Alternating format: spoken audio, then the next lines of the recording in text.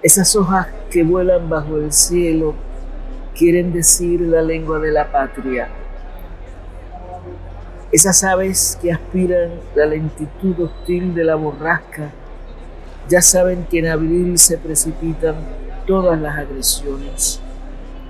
Oh pueblo en que nací, así te miro fiero junto al mar. Este polvo que piso será el huerto magnífico de todos. Y si caemos otra vez, se alzarán los huesos en la arena. Aquí están nuestras almas.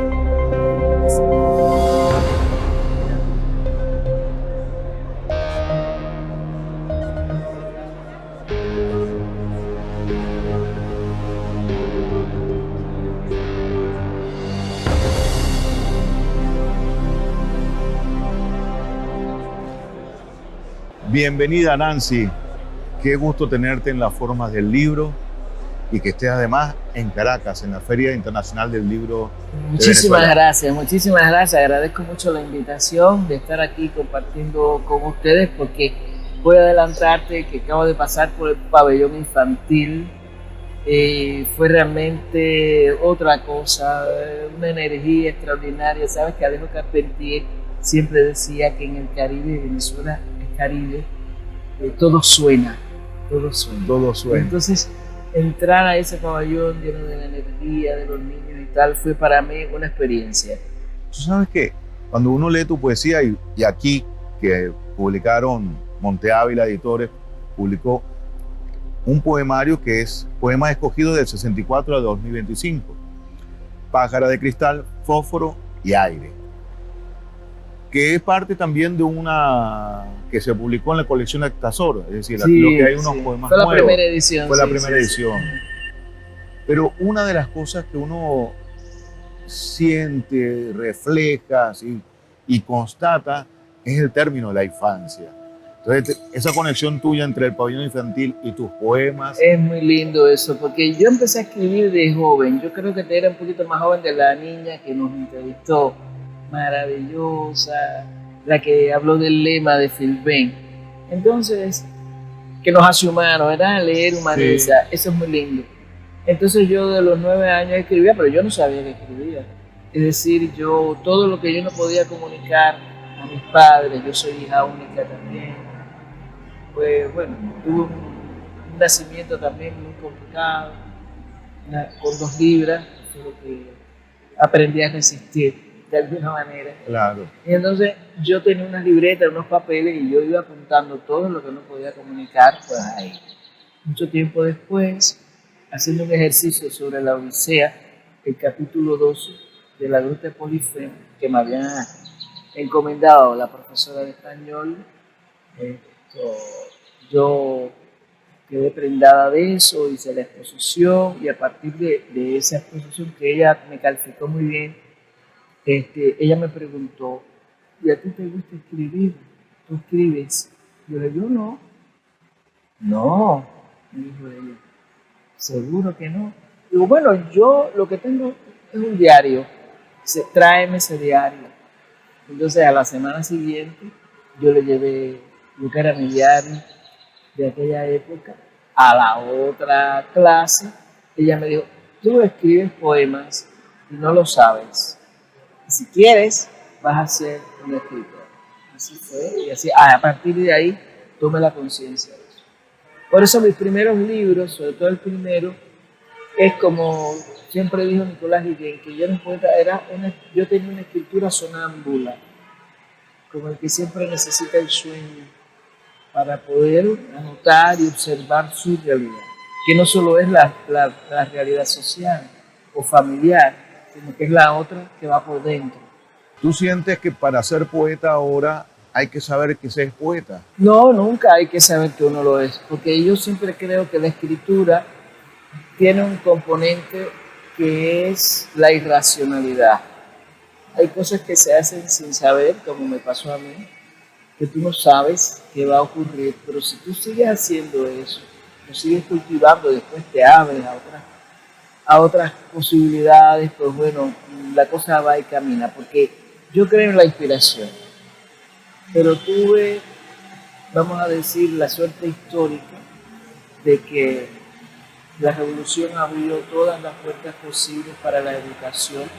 Mi padre no hubiera tenido nunca el dinero para pagar mi matrícula en la Universidad de La Habana. Y bueno, como todo se abrió, yo tuve la posibilidad de entrar a una universidad y de tener una formación académica de la que me vanaglorio, porque parte de ese gran proceso que fue el cambio que vino a Cuba el 1 de enero de 1959. Fuimos muy felices en la casa porque siempre el sueño de mis padres era que yo fuera un profesional, porque ellos no habían podido serlo. Mi propio padre alcanzó el 6º grado con la revolución y los planes educacionales de la revolución. Que para mí es contar mi historia, no es un eslogan, es contar lo que me ocurrió. Y eso es sumamente importante. A mí me impresionó mucho haber visitado el pabellón infantil por el lema que es leer humaniza. Leer es algo verdaderamente importante, verdaderamente fundamental para cualquier ser humano. En estos momentos tenemos la presencia de las tecnologías, que no podemos negar, pero no todo lo bueno viene a través de la tecnología. A veces vienen falsificaciones.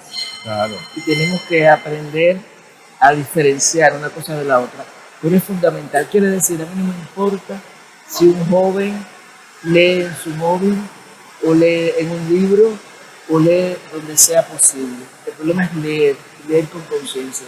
Pero también aquí, en este mundo que se llama digital, a veces se traiciona el espíritu humanista que debe de reinar entre nuestras culturas.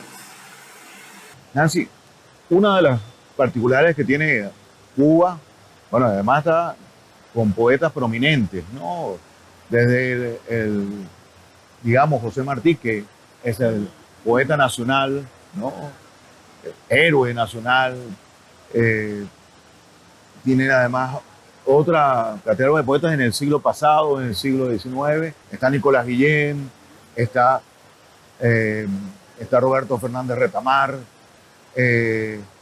Mucha de la poesía cubana y de los poetas cubanos, ¿cómo uno debe hacer? ¿Debe estudiarlo o solamente debe leerlo? ¿Cuál es el proceso para entender la poesía cubana y para hacer? Bueno, ya existe una cosa que es la ciencia de la literatura. La ciencia de la literatura. Así que hay estudiosos, investigadores que se encargan de hacer nomenclaturas, de colocar este movimiento aquí, este movimiento allá. Pero lo importante es leer. Yo contaba el otro día y hoy cuando cité a Martí al lado de la niña que nos entrevistó, que yo le decía, Martí decía, los niños son la esperanza del mundo. A cualquier edad que uno empiece a leer es un privilegio, pero no todos los niños del mundo tienen acceso a aprender a leer y a escribir. Y aunque, bueno, se sabe que desde la rama dorada para acá, la tradición oral es importantísima, pero en el mundo moderno no podemos pensar que en un país los niños estén desterrados del derecho a leer, que por supuesto es lo que entraña el derecho a escribir. Yo les repetí a ellos allí que a mí no me importa el soporte, como se dice ahora, claro, en que se lea.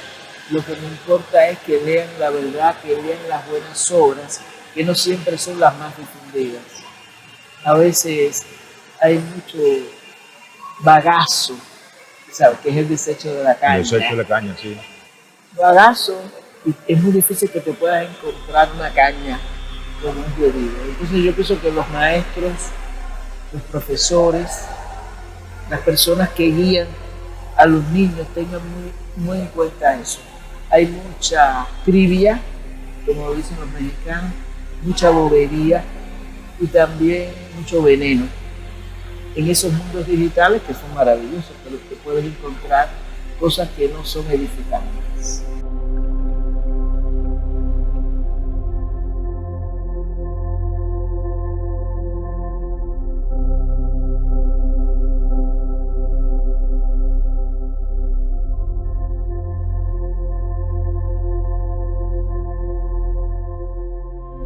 ¿quiénes, quiénes son tus referentes dentro de la Bueno, mis literatura? referentes, yo siempre recuerdo, porque además hace poco se me había traspapelado una foto y apareció esa foto en que estoy yo con Nicolás Guillén, por supuesto, con Alicia Alonso, con Eliseo Diego y Mirta Aguirre, esta profesora que era la gran cervantista de Cuba de esa segunda mitad del siglo XX. Ella, yo recibí clases en la Universidad de La Habana, es decir, yo tengo una formación de la que estoy orgullosa. Entonces, la lectura es la vía por la cual uno entra al conocimiento. No debemos confundir la información con el conocimiento. Y muchas veces en estos mundos digitales tan importantes que tanto nos auxilian, solo se ve la información, pero el conocimiento no. Un niño que está en primaria tiene que saber, no que fuimos descubiertos, pero que la historia de América empezó en 1492. Eso hay que saberlo sin tener que acudir a una enciclopedia, sin tener que acudir a nada que nos diga un móvil. Eso hay que saberlo de la escuela. Lo pongo porque es prácticamente una metáfora eso. Es decir, nosotros existíamos de antes, pero se hablaba en 1992, por ejemplo, el descubrimiento de América y todo eso. Bueno, ¿nos descubrió o no nos descubrió? Nosotros los descubrimos a él. Pero Cristóbal Colón marcó un punto de giro en la historia de la humanidad y es lo importante. Ahora, ese conocimiento, las historias que se han escrito, a veces escritas por los que nos explotaron, nos expoliaron y nos hicieron todas las cosas que se saben, es la historia y tenemos que aceptarla y tenemos que conocerla y también intentar cambiarla a nuestro favor. Claro, claro. Es así.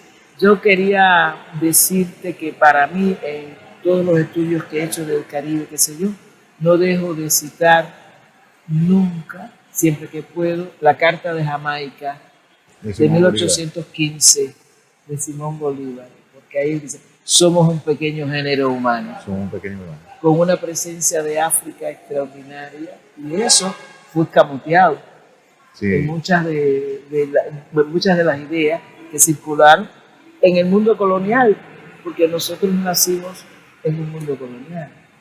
Hay mucha relación entre Venezuela y Cuba, Claro, ¿no? claro. Histórica. Histórica, Bolívar, histórica. Miranda estuvo en Cuba también,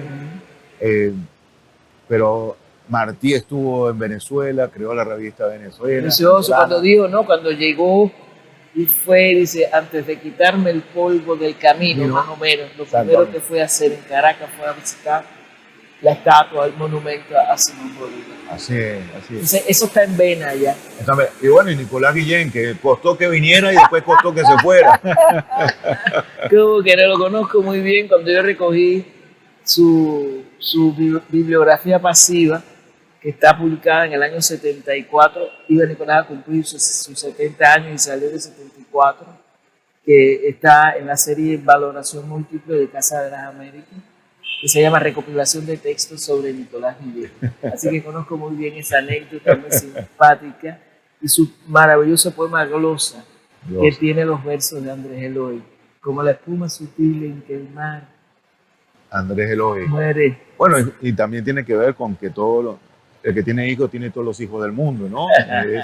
Es Andrés Eloy también en su formación y en su manera de ver el mundo, con la esperanza que tenía Andrés Eloy. Y entiendo que allá Luis Carbonell, que es uno de los grandes declamadores que existió y que fue extraordinario, fue un gran admirador de Aquiles Nazoa. Ah, como no, quiero decirte que anoche fue muy lindo, fuimos a esta cena entre todos los amigos invitados, los egipcios, a quienes se les dedica a la feria, fuimos a una cena y cuando yo entré a esa casa, yo nunca había estado ahí. En la casa. Llegamos y veo cultural no solo la imagen de Aquiles Nazoa, sino toda la información. Es una pequeña iconografía de Aquiles Nazoa. Lo agradecí mucho porque yo nunca le había visto la cara a Aquiles Nazoa. Sin embargo, ya desde mi infancia y después de mi infancia, en mi adolescencia, Aquiles Nazoa es muy conocido en Cuba a través de la obra de un actor para mí, de un recitador que se llamó Luis Carbonell y que siempre decía textos de Aquiles Nazoa. Recuerdo, porque eso es imborrable para los cubanos de a pie y los que no son de a pie, que él recitaba siempre ese texto de Aquiles Nazoa, en donde, como justicia poética, en una reunión de señoronas y de personas muy ricas y tal, se cae un coco de una mata y le cae a un pobre camarero en la cabeza. Y otras muchas cosas de Aquiles Nazoa las conocimos por Luis Carbone. Cuando uno revisa tu poesía y uno lo lee, encuentra muchos temas que tienen que ver con tu familia. Y por eso se lo dedicas también a tu familia, Sí. ¿no? Y tu madre es esencial, tu padre también, ¿no? En el caso de este libro que se lo dedicas a la memoria de Angélica Hernández Domínguez y de Felipe Morejón Noyola, mis padres. Pero más allá de la dedicatoria también hay poemas referentes para ellos, porque para ellos ellos. eran huérfanos, fueron niños abandonados, fueron pobres. Y esa es una lección que yo siempre recibí de ellos. A veces mi padre me hablaba, mi mamá no, pero yo, por ejemplo, las dos obsesiones de mi padre, que era de la provincia donde nació Nicolás Guillén. Ahora ya es una provincia, Ciego de Ávila pertenecía a Camagüey. Ahí nació Nicolás, ahí nació mi padre, en Ciego. Y él un día decidió no ir a la escuela y fue y se bañó en una turbina famosísima también. Y mi abuelo se enteró, lo reprendió, lo violentó a los 12 años. Y mi padre se fue a La Habana por su cuenta y ahí se hizo hombre. Y hizo montones de oficios. Dice, mira, yo vendí zapatos, limpié zapatos, vendí periódicos, hasta que pudo convertirse en un marinero. Y solo regresó a Cuba cuando yo nací, en el año 44. Entonces era un tipo con un sentido, condenaba el robo, no porque esté en los 10 mandamientos, que es ya una cosa bien importante, sino porque no debes tomar nunca lo que no es tuyo. Y mi madre vivía muy preocupada siempre, su madre murió a los 6 años y ella sentía en la casa, sentía como una de las angustias más grandes de mi abuela, que tenía de chino, tenía los rasgos de los chinos, pero no sabía de dónde habían venido. Y que ella en su infancia, a su vez, había oído hablar, había una incertidumbre, una duda de si eran de Macao o si eran de Cantón. Entonces, eso te demuestra cómo el tema de las migraciones va evolucionando, va y viene, pero la historia de la humanidad está marcada por las migraciones. Con violencia, como es el caso también de sus ancestros africanos, que bien sabemos, y a veces no tanto, porque muchos chinos vinieron y le llamamos en Cuba culis, los culis, C-O-O-L y latina E-S, y eran una suerte de esclavos porque ya Gran Bretaña, la pérfida Albión, perseguía el tráfico de lo que llamamos hoy tráfico de personas, la trata. Eso es una cosa tremenda. Entonces nuestros pueblos tenemos, América Latina es una diversidad, que decir, en el Caribe, y tenemos que aceptar lo que hemos construido aquí, pero tenemos que saber, sobre todo para los niños, para las generaciones más jóvenes, que ellos tengan claro el camino de saber de dónde venimos. Tú tienes en tu poesía además uno revisa y no es una poesía que, es decir, es una poesía que se diferencia de la poesía afro, como quien dice, la de Nicolás Guillén. Tiene los rasgos, tiene ciertos rasgos porque es inevitable, eres cubana, no puedes evitarlo, tienes la musicalidad, pero siempre estás contando historias, siempre estás contando una historia de vida. ¿Por qué esa necesidad de contar siempre la vida? Porque fue irracional, nació de una irracionalidad. No es que yo me propuse escribir de la travesía de las mujeres negras porque eso iba a servir a los antropólogos o a los historiadores. No, yo lo escribí, yo tuve un sueño, muchas cosas. Ahí yo digo, soy muy surrealista, porque el sueño Claro.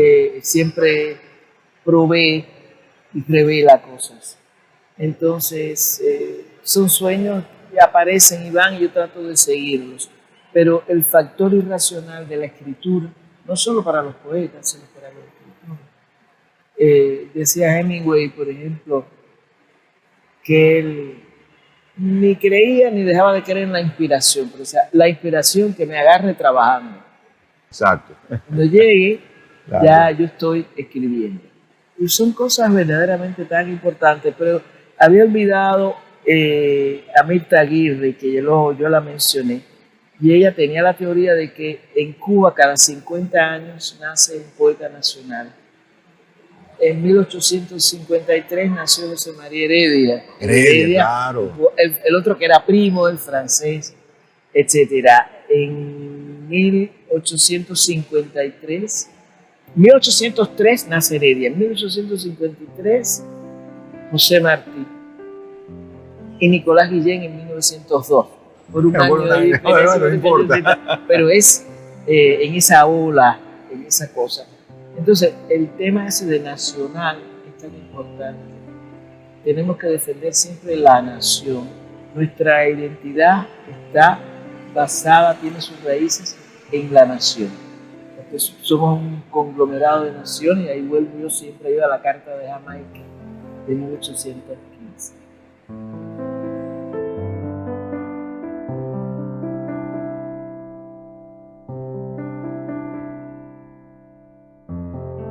De esa, es decir, Nicolás Guillén indudablemente que ha marcado una, porque es previo a la revolución y es con la revolución, ¿no? Y tú prácticamente te formaste es con la revolución, como muchos de los extraordinarios poetas que tiene Cuba en estos momentos. Yo puedo decirte algunos, pero son los que a uno le llegó. Claro.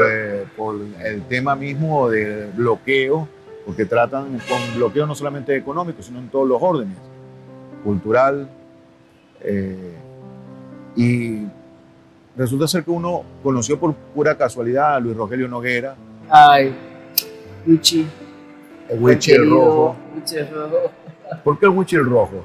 Porque él tenía el pelo rojo, naturalmente rojo, ajá. Y en el año 67 él gana el premio David, compartido con Lina de Feria, con un libro que se llama Cabeza de Zanahoria. Cabeza de Zanahoria. Y el de Lina era Casa que no existía. Fue deslumbrante toda su trayectoria. Después él cultivó, por ejemplo, una prosa, básicamente... Sí.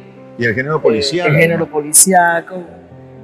Y donde tuvo muchísimo éxito, pero nunca abandonó la poesía, siempre eso. Ya Imitación a la vida viene mucho después, como hablábamos en la mañana.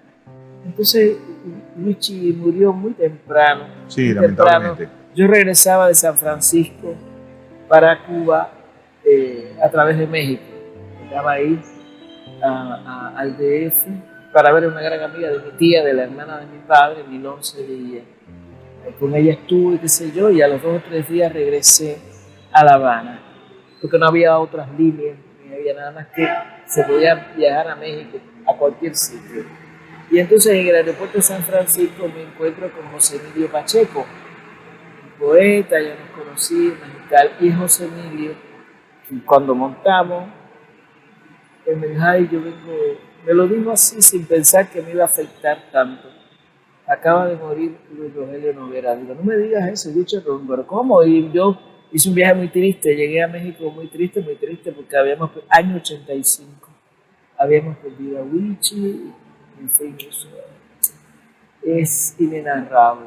Nosotros nos encontrábamos en la calle, él nunca fue a mi casa, ni yo fui a la de él. Pero si nos encontramos en La Habana Vieja o en cualquier sitio, no nos separábamos. Y hablábamos y decíamos tan gracioso, tan simpático, con una agilidad y con una capacidad de mímesis para la escritura como nadie, verdaderamente. Yo lo recuerdo con mucho cariño.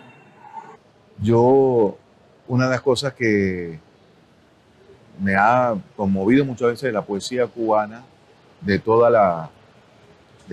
esta nueva generación después de Nicolás Guillén, o sea, después de Martí, después de Nicolás Guillén, es esa capacidad de voltear la palabra hacia unas metáforas que son, digamos, conversacionales, que son directamente de trabajo con el habla. El habla fue muy importante en un Sí. momento determinado. Yo quiero citar aquí a Mario Benedetti, el uruguayo, que escribió cosas fundamentales y que recogió en un libro que publicó Seix Barral en los 90. Se llamaba el libro El ejercicio del criterio. Y Mario ahí estudia lo que se llama el coloquialismo.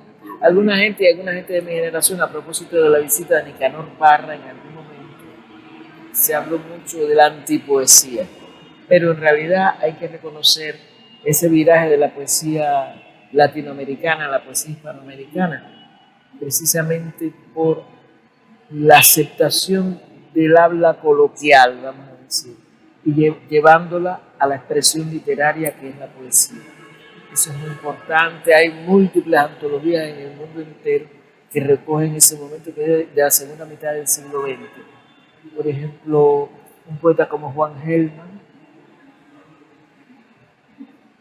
de orígenes judíos, y él me lo descubrió, me lo dijo llevándome a un paseo a Segovia, a Toledo primero y a Segovia. En uno de esos paseos me lo dijo, habló de su madre, hasta su maravilloso poema de su madre, que tenía antecedentes judíos y rusa.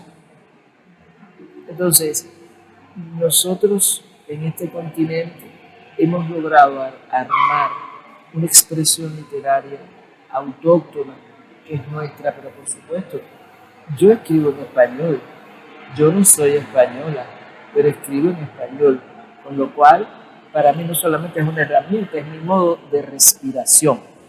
Claro. No puede perderse de vista. Entonces, naturalmente, los africanos, nada más que el que me ve mi color sabe que yo vengo de algún sitio de África. Nosotros somos una combustión, nosotros somos una mezcla. Y de todo eso, incluidos por supuesto las culturas amerindias, es que somos nosotros, este pequeño género humano que decía Simón. Gracias, Nancy, por hacernos esta mezcla en la forma del libro. ¿Cómo que no? Muchas gracias. Gracias a ti.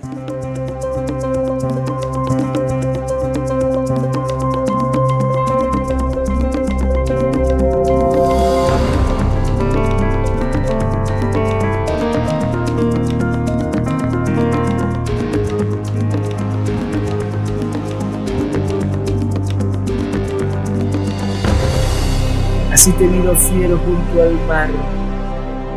Este polvo que piso será el huerto magnífico de todos. Y si caemos otra vez, se alzarán los huesos en la arena. Aquí están nuestras almas, en el mes imprevisto, en abril, donde duerme la isla como un ala.